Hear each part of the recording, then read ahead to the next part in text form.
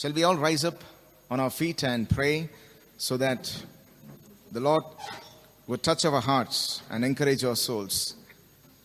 I encourage you all to look unto the Lord because He is the God who speaks. And the Bible is the inspiring word of God, flawless, full of truths, hope, encouragement, forgiveness. So at this time, let's all look to the Lord and say, Father in heaven, speak to me and help me to understand your word and change my life according to your word. Heavenly Father, we all stand before you helplessly because we are in need of you. As you said, O Lord Jesus, man shall not live by bread alone, but by every word that proceeds from the mouth of God. And we are here today, we want to be nourished by the word that proceeds from your mouths, that proceeds from your inspiring word, and we pray that you transform our lives and bless us richly as you speak to us. For you are not the God who is dead. You are not the God who is mute. You are not the God who is immaterial. Yes, you are immaterial, but not a God who is deaf and cannot listen and speak to us. We pray that you please to speak to us this morning. And we want our hearts to be enlightened.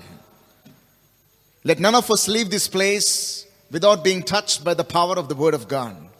And we thank you for your Son who loved us and laid his life and rose from the dead, because of which we can listen to you, we can communicate with you, we can experience you, and we welcome the ministry of the Holy Spirit at this time. In the name of our beloved Savior, Jesus Christ, we pray. Amen. Amen. Please be seated.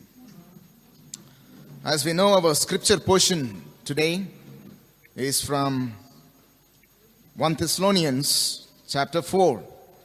Let me read once again so that we can dwell on the passage. And today we will be dealing extensively on the crux of Christianity, which is a very important subject. And I think for new people who are investigating Christianity, this is a beautiful encouragement to you too. Let me read this passage. But we do not want you to be uninformed, brothers. Taken from 1 Thessalonians chapter 4, from verses 13 through 18. But we do not want you to be uninformed, brothers, about those who are asleep, that you may not grieve as others do who have no hope. For since we believe that Jesus died and rose again, even so through Jesus, God will bring with him those who have fallen asleep. For this we declare to you by a word from the Lord, that we who are alive, who are left until the coming of the Lord, will not precede those who have fallen asleep.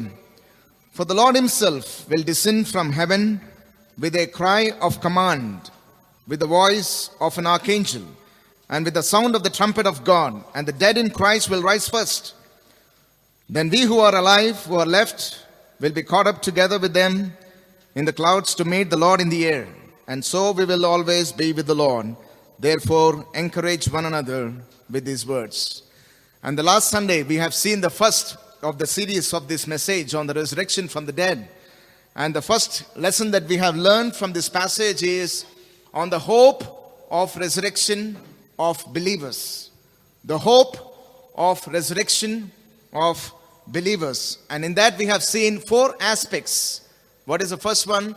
We have seen that believers should not be ignorant about the truths that God has revealed to us. We should be trained, we should be educated, we should not remain in ignorance. And the second lesson aspect that we have also seen is that believers are not dead, but they are asleep when they die. Like the rest of others who are dead, that's not what the Bible speaks about. And the third lesson we have also seen is that believers love for one another, as we see in their grief for each other when other believers died. So that's a wonderful encouragement to us. And what is the last lesson that we have seen? Believers must not grieve as if we have no hope. And what is the basis for that is what we will be looking into today. One thing we need to understand, all of us, is that we only think about how to settle on earth. That's what parents are concerned about, children, and also young people are concerned about how to settle on earth. But one thing we need to understand, that life on earth is a preparation to where you spend your eternity. Our understanding, because death, as we see, according to the Bible, is not the end of life.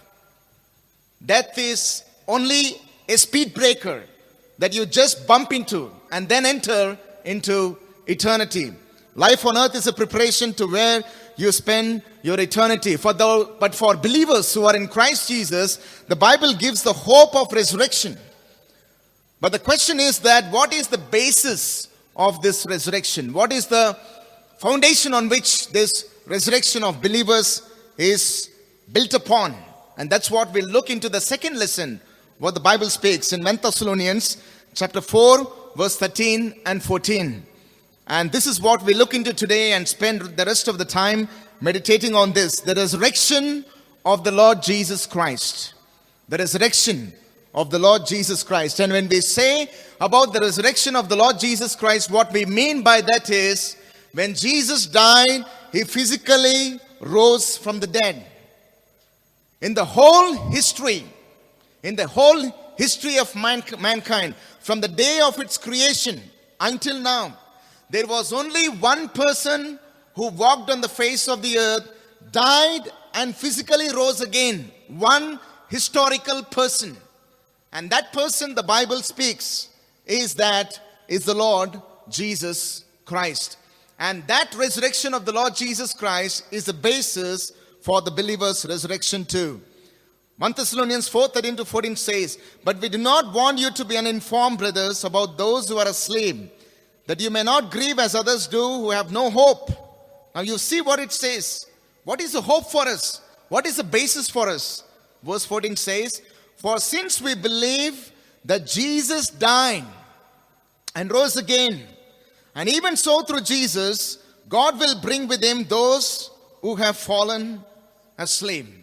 And again, based on this verse, I want to bring out again 4 aspects that this verse 14 is speaking about. And listen carefully as we delve on this life-changing, life-giving words from the Word of God. The first aspect that the Bible speaks about it is that since we believe that Jesus died, the first aspect that we have to see over here is that Jesus died. And when the Bible says that Jesus died, he died physically. You know, there is a theory called, a false teaching, which is called the swoon theory, which means that Jesus did not actually die, literally die on the cross. He fell unconscious because of the beatings and the persecution. He fell unconscious, and when he was laid in the tomb, he was awake and he came back to his senses. So it was not actually the death and the resurrection. He fell unconscious and then he came to the consciousness. But the interesting thing is, according to the Roman persecution, it is so cruel that not a single person survived in the history of Roman persecution of crucifixion. Historically, even Romans will disagree. The emperor and the Roman soldiers would get angry if you say that. You mean to say our persecution and crucifixion is so weak that a person cannot die when he is persecuted and crucified? That's nonsense. The Bible tells here that he died.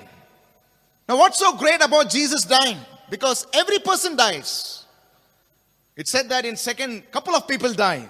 What's so great about Jesus dying? We also die. But remember that although we die, we have a cause, but we have no purpose.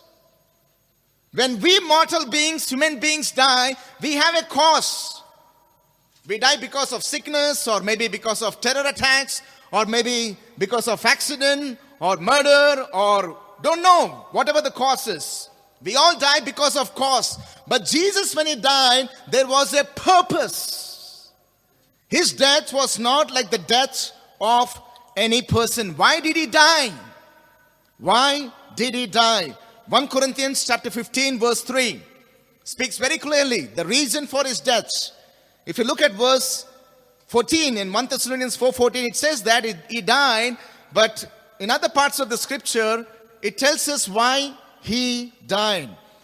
In 15:13, 1 Corinthians, it says that, "For I delivered to you as of first importance what I also received, that Christ died for our sins." That's the purpose of his death. He died for our sins. Not a single person. I was a non-Christian for 19 years. I didn't follow, I didn't believe, I didn't yield my life to the Lord Jesus for 19 years. And for 19 years, I believed in so many deities. I followed so many ways. I did so many rituals. But there was not a single person who claimed to die for the sins of people on our behalf. And I found, and what attracted me to believe in the Lord Jesus, what changed me to become a Christian and the follower of the Lord Jesus, is that Jesus died for our sins.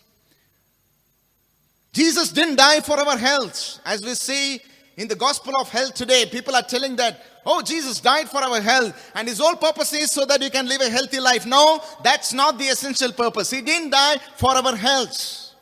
He didn't die for our peace. Because peace is not the ultimate search and pursuit of man, as people think that, oh, I sit here and I feel peace. People, what you need is not peace. That's not the ultimate answer for your life, search of your life. He didn't die for our peace. He didn't die for our prosperity. That if you believe in Jesus, you will get a good job and you will have a good married life and you will live a prosperous life. That's not why he died for on the cross. Nor health, nor peace, nor prosperity, and not to solve your personal problems. It's very easy to attract people, right? A lot of religions maybe, a lot of gurus maybe, a lot of people who attract is, believe in this and you will get this. You will get this benefit. Jesus is not like that. He didn't die for your personal problems, because he knows that your personal problems are not your ultimate problem. Your personal problems are not your ultimate problem. He didn't even die for your self-esteem. That you feel yourself so bad that if you believe in Jesus, he gives you the feeling of being good. I feel so good. I believe in Jesus. It's not for your self-esteem. The Bible tells here very clearly that he died for our sins. The biggest problem of mankind, the root cause of all the problems of the world that is today, is sin. And what is sin? Sin is rebellion against God. Sin is disobeying the commands of God. And all mankind, Romans 3:23 says that all have sinned. When it says all have sinned, it is without exception. All have sinned against God and rebelled against his authority. Living our own lives, living for ourselves. We became the God of our own lives. And that's what the biggest sin of mankind. And there is a consequence. As Romans 6:23 says, the wages of sin is death. The wages of sin is death. This is the dangerous problem. That's why Jesus came. That's why Jesus died. Because the wages of sin is death. When we speak about, Bible speaks about death, it speaks about three kinds of deaths. One is the physical death that we all eventually face. And the second is the spiritual death. That is, man is separated from God because of his sin. Because God is holy. God is righteous. God is just. He's not the God who commits sins and he takes delights in the sins of people. And because he is holy, he cannot have intimacy with a sinner who is unholy. And that sin separated man from God spiritually. And thirdly, eternally. When people die, they have two destinies to face. People may believe it is a myth, but the Bible says that it is the fact. And Jesus himself says that there is heaven and hell for people to face. And all those who have sinned will face eternal punishment and destruction. But the good news is that in Romans 6:23 says, for the wages of sin is death, but the gift of God is eternal life in Christ Jesus our Lord. The gift of eternal life is only in Jesus. I say this very boldly, because that's what the Word of God says. Only in Jesus. Why? Only in Jesus. Because only Jesus died for the sins of people. Only He died for your sins. Only He died for my sins. Only He died for the sins of the whole world. And because of His death, people who believe in Him have the gift of eternal life. Now this is what I say, that if the wages of sin is death, the wages of Christ's death is eternal life. What a good news the Bible speaks about. I love what John MacArthur said. John MacArthur said that His death transformed death into sleep for believers. We are asleep because He is dead. He is the one, the actual truck, He took it upon Himself. And we are facing the shadow of death. And because of the death of Christ, for us it is not death, but it is only asleep. What a great joy. What a great joy. What a blessing it is that Jesus died for our sins. And the second aspect that we can learn from here is that since we believe that Jesus died, and then it also says, people, and rose again. Do you know any person who died and rose again? You know people who sleep and rise again. We all do that every day. People go into coma and come back to senses. Any person who died and rose again. The greatness of Jesus is not that He just died for our sins on the cross. His greatness is consummated, finished, completed by His resurrection. He rose from the dead. The gospel consists of both the physical death of Jesus and also the physical resurrection of Jesus Christ. And this is a research of BBC News in 2017. And I don't know what's the research of Indians or Americans, but this is what it says of the people in Great Britain. A quarter of people, 1/4, who describe themselves as Christians in Great Britain do not believe in the resurrection of Jesus. A survey commissioned by the BBC suggests 1/4 of the people in Great Britain who claim themselves to be Christians, they don't believe that Jesus rose from the dead. You cannot believe in Jesus, you cannot believe a follower of Christ if you don't believe in the resurrection of Jesus Christ. You know, Billy Graham was a great evangelist, one of the powerful men of God who was used in the last century. And this is what Billy Graham said that. He said that if I were the devil, he would attack the resurrection, because if you disprove the resurrection, then you can disprove Christianity. The whole Christianity hinges upon the resurrection of Jesus. And Billy Graham says that if I were a devil, the first thing I would do is to disprove resurrection, because if you disprove resurrection, you disprove Christianity and you destroy Christianity. There is no Christianity without the resurrection of the Lord Jesus Christ. How can we believe in the resurrection? Let me give you some strong evidences. Because a lot of people believe, but let me tell you that having an opinion is different from convictions. And convictions are built when you feed your convictions with truths of the Word of God. And let me give you some strong evidences, because the resurrection of Jesus is the crux of Christianity, the basis for the resurrection of the believers too. Let me give you some evidences of the resurrection of Jesus. The resurrection of Jesus was prophesied in the scripture even before He died. I don't know of any person who did that. And that's what 1 Corinthians 15, 3-4 says that, for I delivered to you as of first importance what I also received, that Christ died for our sins in accordance with the scriptures, that He was buried, that He was raised on the third day in accordance with the scriptures. Now listen carefully. If Jesus is not risen from the dead, throw this into the dustbin. This is of no use. The Holy Bible, 66 books that we believe are inspired by God. If Jesus has not risen from the dead, don't read this Bible. This is a book of lies. Burn this. Throw this in the dustbin. Trample it, because it is a book of lies. Paul says very clear here that He rose from the dead according to the scriptures. The scriptures prophesied about the resurrection of Jesus, and because of that, Jesus rose from the dead. And that proves even the validity of Jesus. Because the scripture prophesies that Jesus will rise from the dead, and Jesus rose from the dead. That validates the Bible. Why we believe the Bible is the word of God. And Peter, when he preached the gospel, where do we see actually? Because when it says scriptures, especially it is the Old Testament. Where do we see that? Peter gives the evidence of it in Acts chapter 2, verse 23 to 32. Acts chapter 2, verse 23 to 32. Listen carefully and follow me.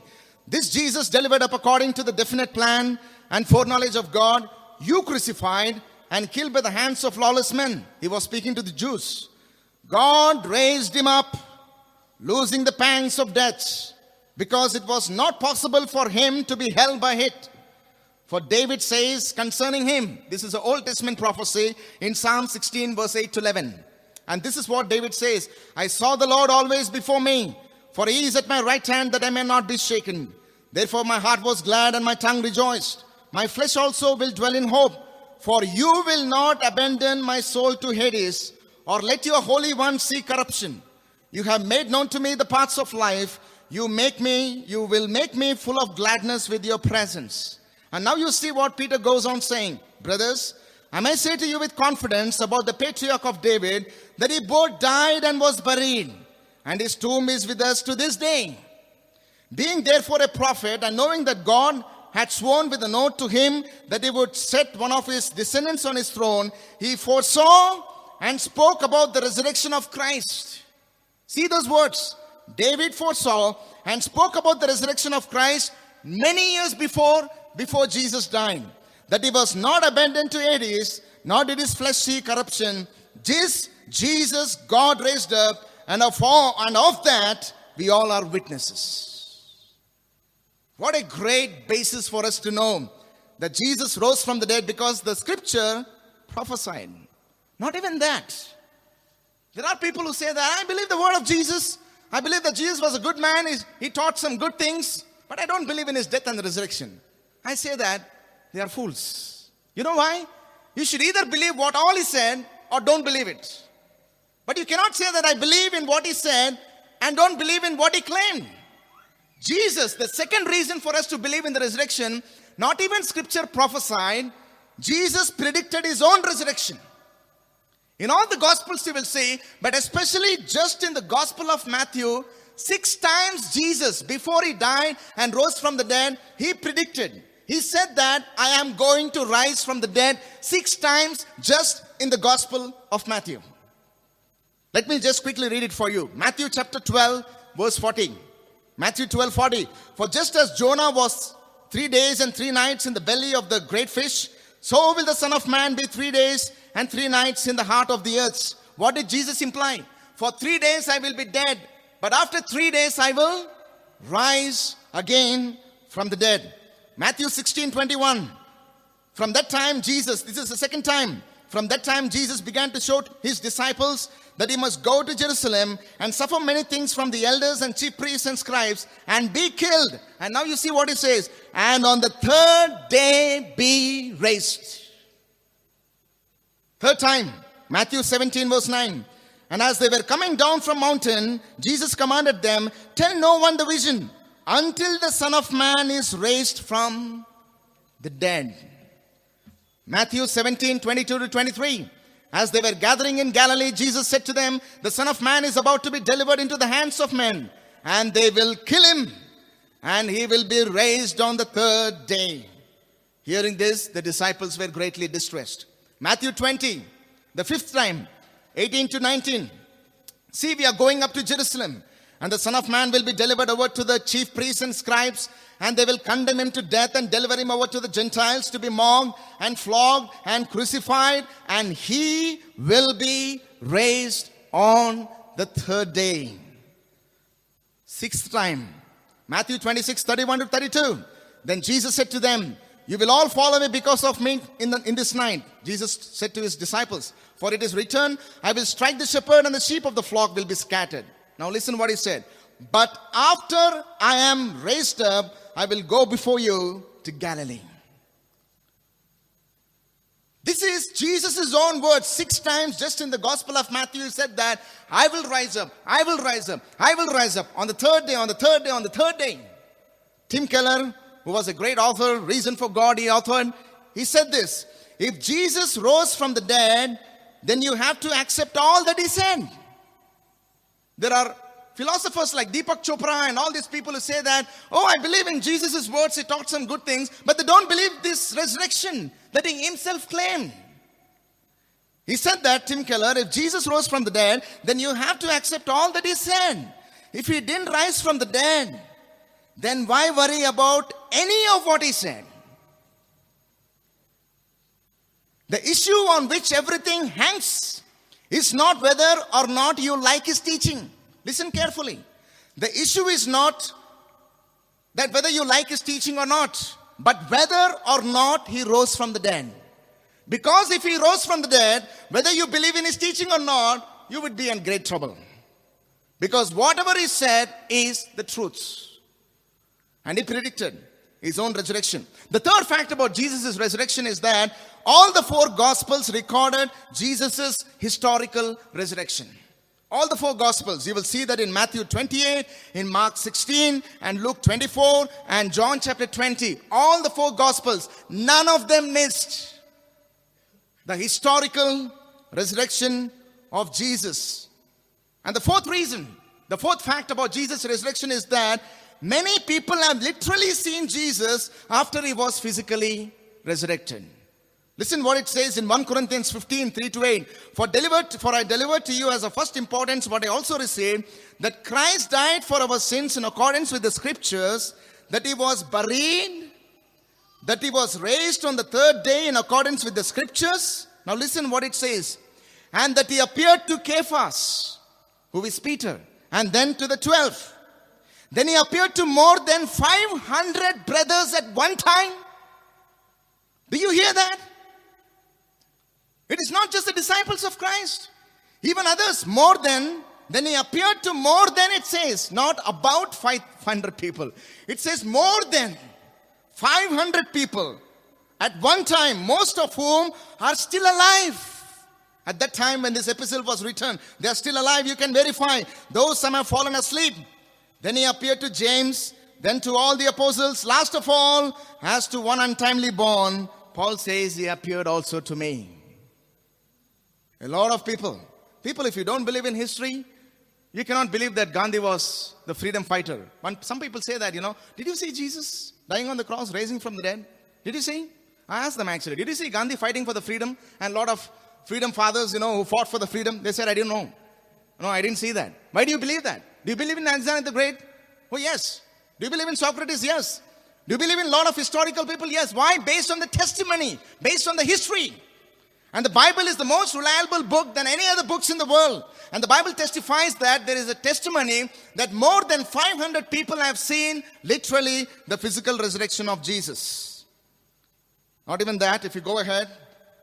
The fifth, the apostles proclaimed Jesus' historical resurrection, and numerous times they quoted in their epistles, in their letters. They boldly proclaim. How dare they could tell that Jesus rose from the dead if Jesus did not rise from the dead? That's foolishness. You see what it says in Acts 4:33. And with great power, the apostles were giving their testimony to the resurrection of the Lord Jesus, and great grace was upon them all. If there is no resurrection, there is no gospel. And that's the gospel the apostles preached, that Jesus died and rose from the dead. And in almost every epistle, every letter that you saw, you see that Jesus rose from the dead. And finally, the sixth fact to prove that Jesus rose from the dead, you know what is that? The apostles laid their lives for the hope of resurrection based on their eyewitnesses of Jesus' resurrection. Now listen carefully. If the apostles believed that it was a lie, they wouldn't have laid their lives for something that is a lie. Now Paul says in Acts 25:21 that it is with respect to the resurrection of the dead that I am on trial before you this day. He was imprisoned. He was persecuted. He was put into trouble, and Paul says that I am standing before you today because of the resurrection, which was based on the resurrection of the Lord Jesus Christ. You know how the 12 apostles died? Because of their hope in resurrection. They believed in the resurrection because they proclaimed that Jesus rose from the dead. Because of that, Andrew was crucified. And you know that crucifixion was the brutal punishment of the Roman Empire. No other punishment in the history of the world was as horrible, terrible. In fact, the word that we have in English, excruciating, which is actually the extreme pain that a person can go through, has taken from the word crucifixion. Andrew was crucified. The other disciple, Bartholomew, beaten and then crucified. James, son of Alphaeus, stoned to death. James, son of Zebedee, beheaded. His head was chopped. John was plunged into the boiling oil and exiled in Patmos Island for his faith, and he died at the old age. Judas, not the Iscariot one, he was stoned to death. Matthew, speared to death. Peter, crucified upside down, because it is said that traditionally he counted himself unworthy to be crucified like the Lord Jesus. So let my head be down and my legs be up. He was crucified upside down. Philip, crucified. Simon, crucified. Thomas, speared to death. Matthias, stoned to death. And Paul, beheaded. Now some people may say that even jihadis are doing this. Even they are also dying. They are also martyrs, right? Suicide bombers who are going. Last week we have seen that they went into Sri Lanka and the hotels and the church buildings and they exploded themselves and they died. What do you say about that? Now there is a difference. Now listen carefully. This is what the Christian apologists argue. Listen carefully. Why would they do that? Why would they die for a lie? Now when you bring this point up to skeptics, they will say, but that doesn't prove the resurrection is any more true than Muslims giving up their lives in acts of jihad proves that Islam is true. If jihadis, if Muslims are also dying for their faith, does that prove that Islam is true? But they are missing the point. Now listen carefully. Martyrdom doesn't prove the disciples were right. We agree that. Yes, their dying itself doesn't prove. It just proves that they sincerely believed what they were saying. Now listen carefully.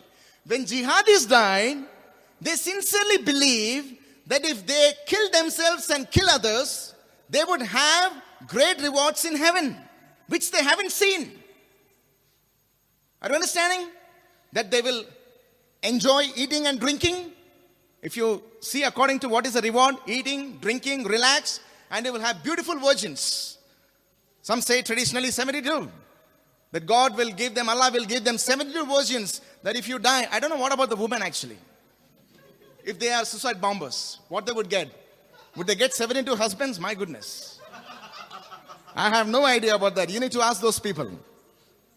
But the thing over here is that they believe sincerely that if they kill themselves, this is what they get. But the difference in the apostles is they said that they have seen that Jesus rose from the dead. Literally they have seen. They were eyewitnesses. And so much that they were willing to die for the things they have seen. If you read John very carefully, 1 John chapter 1, let me just show to you that. Maybe this will help us in our understanding of that. Now listen carefully what it says in 1 John. In chapter 1, verse 1. That which was from the beginning, which speaks about Jesus. That which we have heard. Apostle says that we have heard, we have seen with our eyes, which we have looked upon and have touched with our hands, concerning the word of life. The life was made manifest. This is what they have seen, this is what they have experienced, and because of this they died.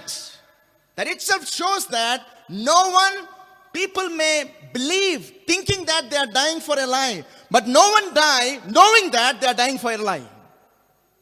Are you understanding the difference?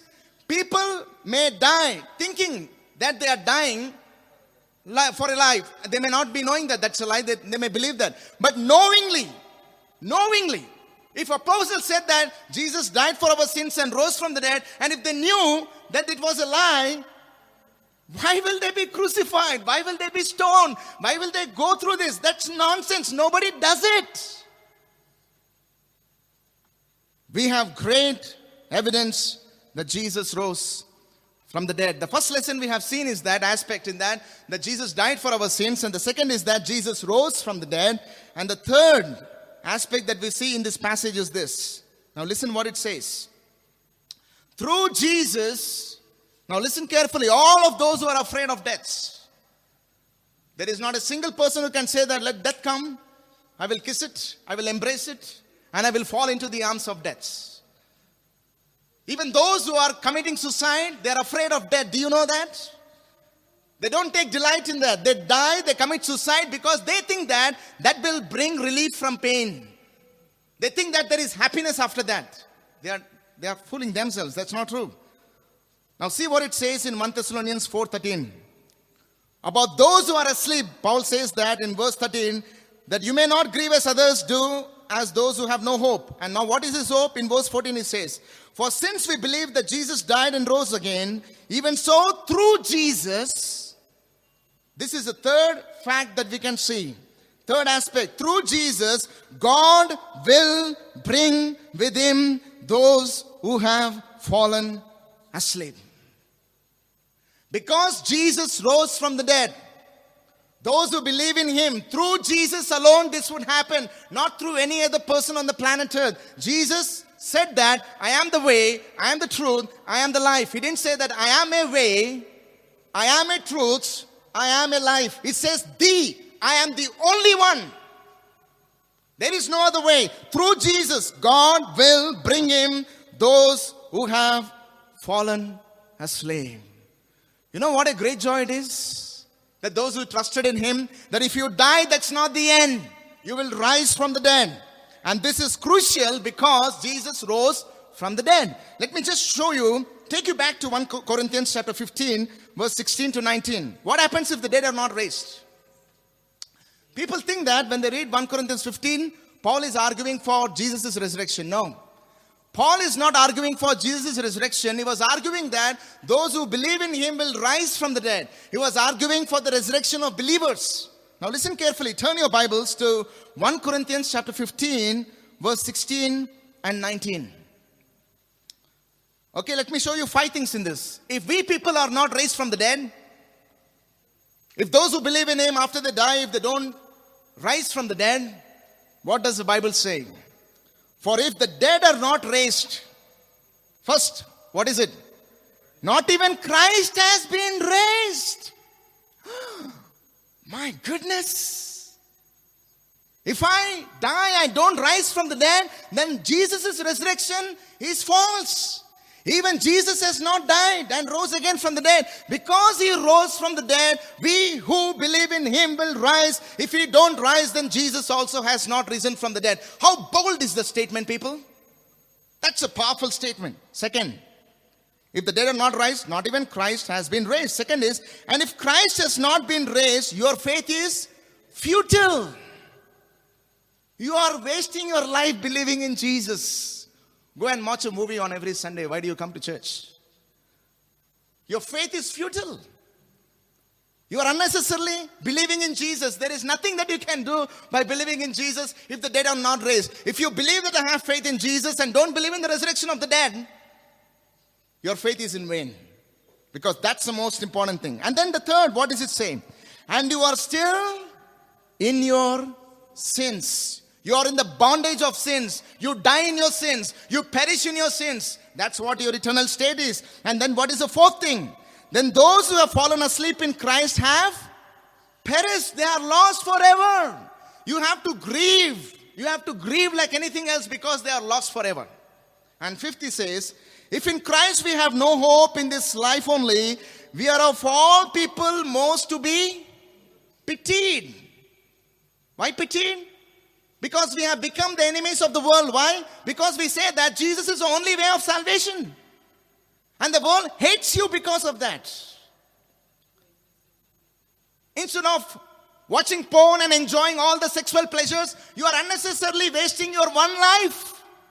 You know what is the maxim of those who just believe in this life alone and there is no life after that? Eat, drink and be merry. What does it matter whether you do good or bad? It doesn't matter anything because death is the end.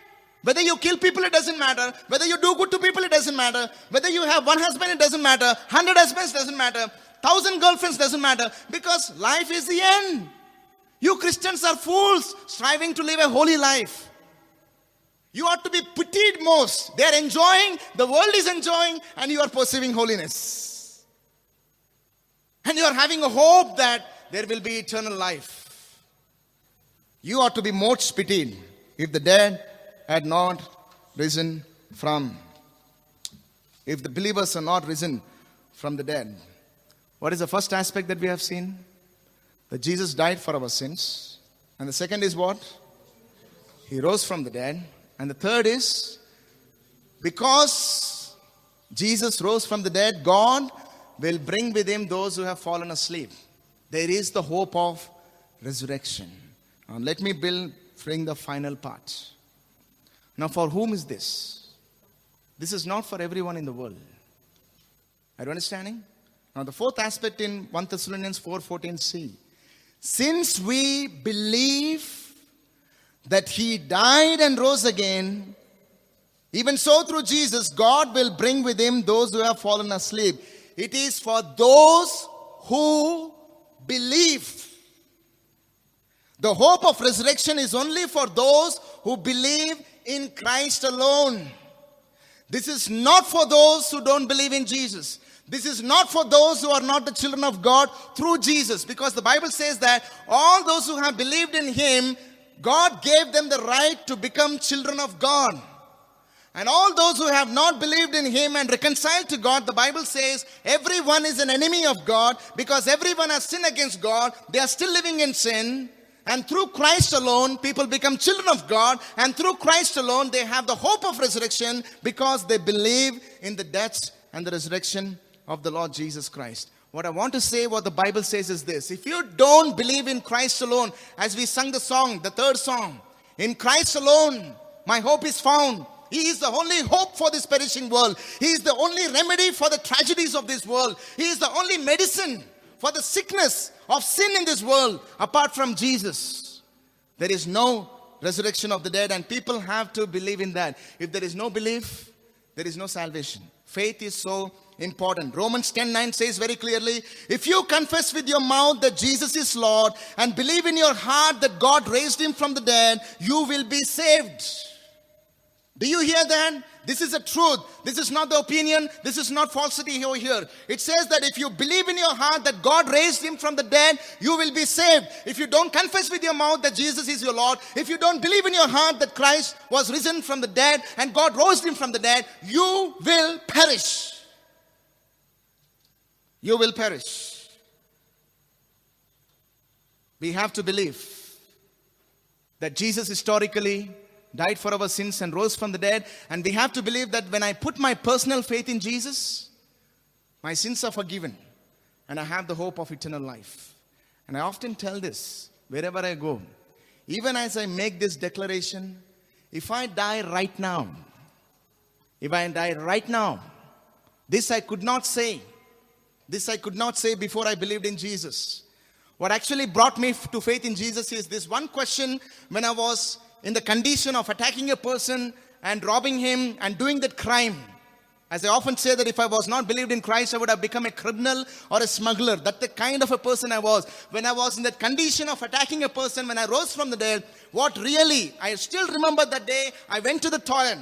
And as I sat in the toilet, this thought struck me and keep on convicting me is that, Stephen, what are you doing all these things? Why are you doing all these things? What is your end? What will happen to you if you die? That one question struck me a lot. After that, when I believed in Jesus, now I say that even if I die preaching, I know where I go. I know the assurance of my life. Because Jesus rose from the dead, I know that I believed in him and I will 100% without a shadow of death, I will rise from the dead. I have the hope of eternal life. And I speak to people of different faiths and even to some of the Christians. Do you believe that really, that if you die, you have heaven or you have eternal life? Do you rise? They say, I don't know. Why do you live in ignorance when the Bible gives you evidence to have the hope? The hope of resurrection. And that happens only to those who believe. But what happens to those who don't believe this? The Bible tells here. Now let me tell you that this is not a blackmail, this is not threatening. You know, how many of you have seen the cigarette packets, these days especially? And when you see the cigarette packets, you will see ugly, gruesome images of people who are dying of cancer because they smoke this. Do you tell that, hey, why are you blackmailing this? You're blackmailing, you're threatening. Is it a caution so that he would not face this? Or is it threatening or a blackmail? It's a caution. The Bible also cautions here in 2 Thessalonians, same Thessalonians, but the next epistle in 2 Thessalonians 1, 7-9, the Bible tells this. This is what happens to those who don't believe in Jesus. No matter how many good works they do, it is nothing, because our sins are greater than the good works that we have done. I often tell this. If I love my wife and take care of her, I will be with her in sickness, I will be with her in death, I will do every good thing for her. Every good thing. I give her flowers every day. Every morning when she gets up, I give her a rose flower. I will give her a cup of tea and coffee. And I will take care of her like anything else. But at the same time, I will be sleeping with other women. Would my wife say that? You love me so much. You take care of me so much. You have done so much good works to me. I don't care whether you sleep with women. Or she says that no matter whatever you do to me, you have betrayed me. Don't you think this is what she says? What happens to all the good that I have done to you? It is nothing. Your fidelity counts first and then your charity. That faithfulness. The people have rejected God today. People have turned their back against their God today. People say, no Jesus, no God, we don't want them. And they think about doing good works, earning the favor, earning moksha, earning salvation. But there is no hope. Because you have rejected the only hope of your eternal life. When a person is dying of medicine, when you give him the medicine, if you refuse it, and if you tell him, if you don't take this medicine, you will die, it is not a threatening or a blackmail. It's a caution. Now the Bible cautions here, 2 Thessalonians 1, 7-9. When the Lord Jesus is revealed from heaven with his mighty angels in flaming fire, inflicting vengeance on those who do not know God and on those who do not obey the gospel of our Lord Jesus. What will happen to them? They will suffer the punishment of eternal destruction away from the presence of the Lord and from the glory of his might. These are the words of God. They will suffer the punishment of eternal destruction. Yes, they have sinned, but Jesus even died and rose from the dead. And because of their disobedience, they will suffer punishment. And it is not 1 year, 2 years. It's an eternal destruction punishment. If people say, who has seen that? The one who said this is Jesus himself about heaven and hell. People have witnessed this. You know, somebody says that you believe that this is the world. There is a world that exists because you have been born. After you're born, you came to know the world exists. When you die, you realize there is another world exists. And if you want to wait for that, it is too late. Today is a time for us to believe, repent of our sins. And I tell you, those who haven't believed in Jesus, and I tell you with love that God loves you and He sent His Son Jesus to die for the sins of people. What you have been searching for, the answer is found in none else. Because Jesus created you, and even though you have sinned against Him, He died for your sins and rose from the dead, and He is giving you the hope of eternal life if you repent of your sins and believe in Him. The invitation is before you. It is up to you if you want to reject. And for those believers who have believed in the Lord Jesus, I encourage you from the Word of God, persevere in faith. When we believe in Him, life is not easy and cozy. There are temptations, trials. Persevere. Don't give up your faith and have hope that there is a hope of eternal life and the suffering is only for a little while, and then we will enter into eternal glory of the Lord Jesus Christ. I want to finish this with recently Banu and Nirikshan, we were reading the book Spiritual Disciplines of the Christian Life in the early morning on Monday, and I was interested when I saw that. I don't know how many of you know the French infidel Voltaire, who died in 1778. He was an anti-Christian. His only aim was to eradicate Christianity from the world. Interestingly, his house later after he died became a Bible house. His own house. And when he died, you know what is said about him? He said to the doctor, I will give you half of what I am worth if you will give me 6 months' life. I will give you half of what I am worth. He says, I am worth. He was great worth at that time. Celebrity at that time. If you give me 6 months' life, please, I don't want to die. The physician told him that you could not even live for 6 weeks. I can't do anything. And his cries and his desperation was so terrible that even nerds took pity on him. Is this how an atheist dies? Is this how a person who disbelieves in God dies? But then, Shankar said sometime back, do you remember that? About the $1, the biographical books in Ligonier. I bought Martin Lloyd-Jones and I started to read that. And as I was reading that, I was interested that even Martin Lloyd-Jones was one of the greatest expository preacher. He believed in Christ. He was a doctor, physical doctor, and he had a great career. But his life was transformed by the power of the Lord Jesus. And he thought that I'm treating only patients physically.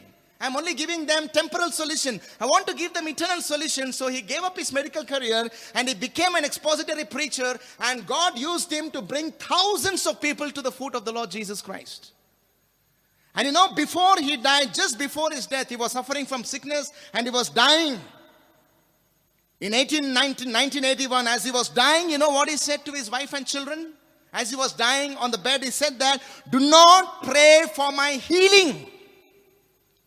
Do not pray for my healing. Do not hold me back from the glory. I'm about to enter into life eternal. I'm about to enter into the presence of the Lord. I'm going to have a life eternal, and you're holding me back by praying that, Lord, pull him back, Lord, heal him, and let him live in this miserable world. Who could say this? See the difference between that person and this person. Because he believed that Jesus died and rose from the dead. And this is what I can say also, people. One of the greatest wishes of my life is to die as soon as possible and enter into the eternal glorious presence of my Lord. Even now, before I came here, I went to the toilet. I was crying, literally crying. I was telling, Lord, I did not see you yet. I did not touch you yet. And I was weeping like a baby and I was telling, Lord, I want to see you. I want to touch you. I want to experience you, Lord. And I know the day is coming soon. The day is coming soon that when I die and when I face him, I will hug him, I will kiss him, I will crawl on him. I don't know whatever I do for Jesus, whatever I do with Jesus, because of the hope of the have in the Lord Jesus Christ, that he loved me, laid his life for me, and rose from the dead. And the day is coming soon for me to live in eternity forever with him. Shall we all rise up and pray? Heavenly Father, we thank you so much for your words of life. Once upon a time, I didn't know anything about this. But when my life was transformed by the power of your word, and when I started to study what truths I have discovered, O Lord, that Jesus died for our sins and rose from the dead, and those who believe in him, God will raise them from the dead. All of us are living. Naked we came and naked we go. All of us have to die. Our degrees, our families, our education, our money, nothing is going to help us when we die. We are just hopeless when we die. But what a great hope the gospel gives. That because Jesus died and rose again, those who believe in him will not perish, but they have the hope of eternal life. I pray for those, who believed in you, who did not believe in you. Pray for those who did not believe in you here, that they would really be enlightened to know what a great truth the Holy Bible, which is your word, declares. And may their lives be transformed. May they repent of their sins and believe in Jesus who died for them and rose from the dead. And may they receive this gift of eternal life. And may their death be with hope. May they not die hopelessly, O Lord. And those who believe in you, pray that help us to look on towards the day when we die and the day when we enter into eternal glory. May we not be distracted. May we not be discouraged by what is happening now. The world says very clearly, the word of God says very clearly, the whole world is in trouble. It is groaning like the pains of the childbirths, because the world is cursed. The world has sinned against God. There is no security. There is no peace. There is no happiness. There is no eternal life in this world. Only Jesus is our hope. He is our strength only. He is our eternal life. He is our joy. He is our peace. He is our everything. Apart from Him, there is nothing. We can be nothing. And there is nothing that we can see after we die except eternal destruction. Thank you so much for the resurrection of the Lord Jesus. Thank you so much that He rose physically from the dead, because of which we declare, we believe that we shall rise from the dead. In Jesus' name we pray. Amen. Amen. Amen.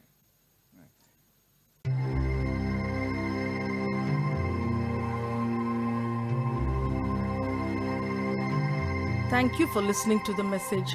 We believe you have been greatly encouraged in your heart. Stephen David also writes articles that are relevant to today's generation. You may read them on his blog, www.messageforourage.blogspot.com. I repeat, www.messageforourage.blogspot.com. You may also email him at cstephendavid@gmail.com. I repeat, cstephendavid@gmail.com. Grace and peace be to you.